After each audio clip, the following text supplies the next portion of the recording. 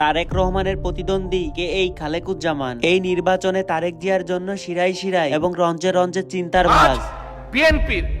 বিএনপির প্রতিজ্ঞা দেশের মানুষের কাছে, আসুন আমাকে ভোট দিতে হবে এমন কোনো কথা নেই। আপনার ভোট আপনিই দিবেন, যাকে ইচ্ছা আপনিই দিবেন, কিন্তু আমার হাতকে আপনি শক্তিশালী করুন, আমাকে সহযোগিতা করুন। কারণ তার বিপক্ষে জামাতে ইসলামী নির্বাচনের মাঠে এমন একজনকে নামিয়েছে যিনি একাধারে ডাক্তার, ব্যবসায়ী এবং কোটিপতির মালিক, যা ইতিহাসে খুবই বিরল। জান্নাতে একা আমি যাব না তো ভাই। জামাতের ইসলামী খালেকুজ্জামান কোনো সাধারণ মানুষ নয়। গুলশান বনানীর মতো ভিআইপি এলাকাতেও তারেক রহমান বিএনপির ভারপ্রাপ্ত চেয়ারম্যান, তাকেও সরাসরি চ্যালেঞ্জ জানাতে সক্ষম তিনি। খালেকুজ্জামান চ্যালেঞ্জ করে বলেছেন, রাষ্ট্রে আমার অবদানের 50% নেই তারেক রহমানের। জামাতে ইসলামীর অভিজ্ঞতা নাই, জামাতে ইসলামীর পা থেকে মাথা পর্যন্ত চুরির অভিজ্ঞতা নাই, জামাতে ইসলামীর টেন্ডারবাজির অভিজ্ঞতা নাই, জামাতে ইসলামীর বিভিন্ন টেম্পো স্ট্যান্ডে, দোকানে, বাজারে চাঁদাবাজির অভিজ্ঞতা নাই। তারেক রহমানের থেকে আমার অবদান অনেক বেশি। ঢাকা 17 আসনে জামাতে ইসলামী যে প্রার্থীকে বেছে নিয়েছে তার গাড়ির দামই 13 কোটি টাকা। তিনি কোনো সাধারণ গাড়িতে চলাফেরা করে না, তিনি সবসময় ভিআইপি গাড়িতে চলাফেরা করে। তার বছরে আয় শুধুমাত্র ব্যবসা থেকে 3.5 কোটি টাকারও বেশি। কে এই বাংলাদেশের ডাক্তার খালেকুজ্জামান? কেনই বা তাকে তারেক রহমানের বিপক্ষে ট্রাম্প কার্ড হিসেবে ব্যবহার করা হচ্ছে? জামাতে ইসলামীর কর্মীদের কোনো দুর্নীতির অভিজ্ঞতা নাই।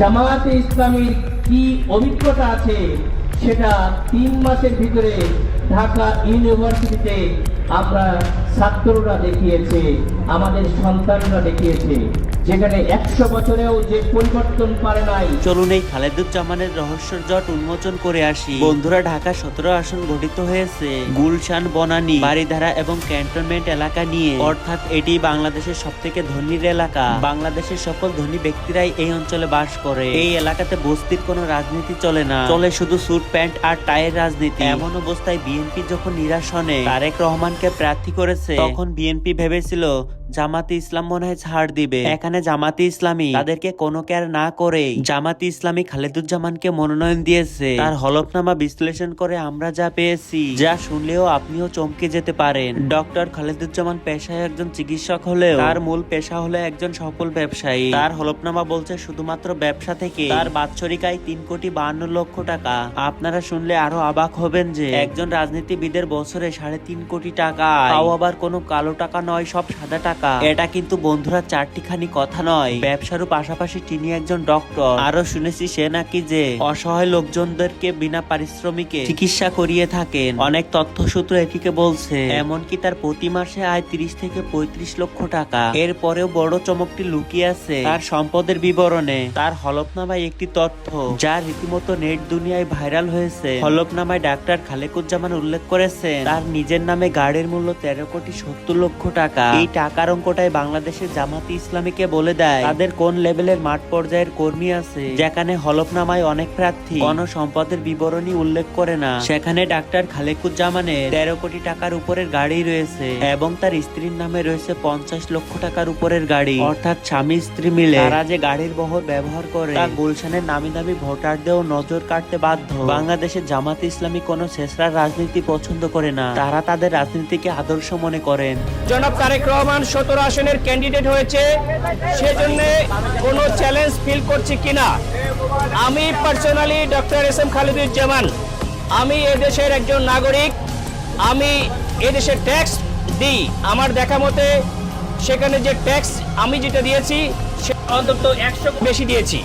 কিন্তু আনফরচুনেটলি এদেশের সরকার এবং প্রশাসন আমরা খুব অবাক দৃষ্টিতে দেখছি যে একজন নাগরিকের জন্য কি করছেন।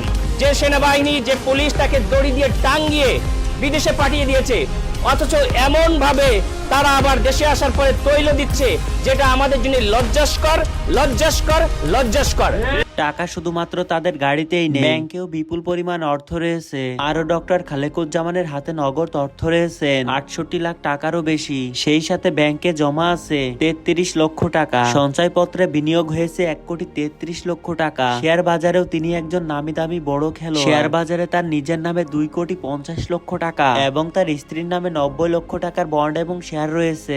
স্বর্ণের কথা বলতে গেলেও তার কাছে স্বর্ণ কম নাই। তার স্ত্রীর রয়েছে 20 ভরি স্বর্ণ অলংকার। সবকিছু মিলিয়ে তাদের পরিবারে রয়েছে 60 ভরি স্বর্ণ অলংকার। সম্পদের হিসেবেও তিনি কিন্তু পিছিয়ে নেই। যেমন খুলনার পাইকগাছাতে তার নামে আছে 119% কৃষি জমি। তবে আসল সম্পদ রয়েছে বাংলাদেশের রাজধানী ঢাকা। রাজধানীতে তার নিজের নামে 2,06,00,000 টাকা এবং তার স্ত্রীর নামে 1 কোটি টাকার দামের ফ্ল্যাট রয়েছে। যদিও গুলশানের মার্কেট ভ্যালু অনুযায়ী এই দাম আরো দ্বিগুণ হওয়ার কথা, কিন্তু হলফনামায় দেখানো আর কিন্তু সরকারি মূল্যই বা কম কিসে। এখন প্রশ্নটি হলো, বাংলাদেশ জামাতে ইসলামী এই প্রার্থীকেই কেন ঢাকায় এত ইম্পর্টেন্ট আসনে বেছে নিল? এর পেছনে কি কারণ আর কারই বা হাত রয়েছে? এর পেছনেই বা কি টাকার গরম রয়েছে নাকি অন্য কোনো রাজনীতির কৌশল আছে? তারেক রহমান এত পপুলার নেতার বিরুদ্ধে টাকা দিয়ে লড়াই সম্ভব? আজকে প্রমাণ হয়েছে যে বিএনপির সকল ক্ষমতার উৎস যেমন জনগণ, রাজনৈতিক সকল ক্ষমতার উৎস যেমন জনগণ, একইভাবে এই নিশিরাতের সকল ক্ষমতার উৎস হচ্ছে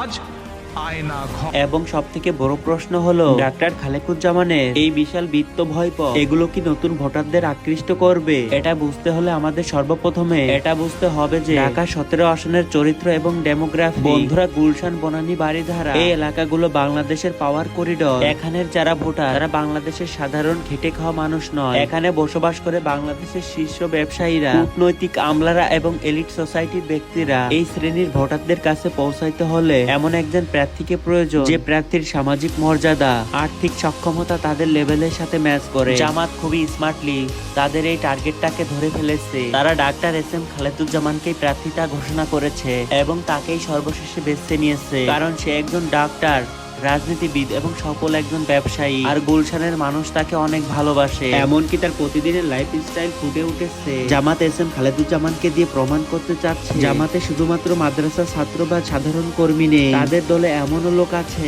যে শত শত কোটি টাকারও মালিক। এখন কথা বলবো এসএম খালেদুজ্জামানের প্রতিদ্বন্দ্বী প্রার্থীকে নিয়ে, যিনি বর্তমানে বিএনপির প্রধান নেতা। তারেক রহমান বাংলাদেশ রাজনীতির বর্তমান সময়ের সবচেয়ে আলোচিত নেতা। তারেক রহমানের লড়াইটা টাকার অঙ্কে মাপা যাবে না। তার সাথে আছে বিএনপির বিশাল ভোট ব্যাংক, রয়েছে তার সাথে শহীদ জিয়ার সৈনিকেরা এবং রয়েছে 16 বছরের আন্দোলনের ইমেজ। গুলশানের মানুষেরা হয়তো টাকা দেখে তাকে ভোট দিবে না, তারা জোট দেখে এবং জাতীয় রাজনীতির সমীকরণটাকেই মেলাবে কে এগিয়ে আছে। কিন্তু জামাত এখানে একটা স্ট্র্যাটেজি গেম খেলছে। তারেক রহমানের বিরুদ্ধে এমন একজন শক্তিশালী প্রার্থীকে দিয়ে তারা বিএনপিকে একটা ভয়ের বার্তা দিতে চাচ্ছে। জামাতের এই মেসেজটি হলো, তারা এখন আর আগের মতো দুর্বল নেই। বর্তমান সময়ে তাদের সাথেও অনেক দল জোট বেঁধেছে, যেটি বিএনপিকে আরো ভাবিয়ে তুলেছে।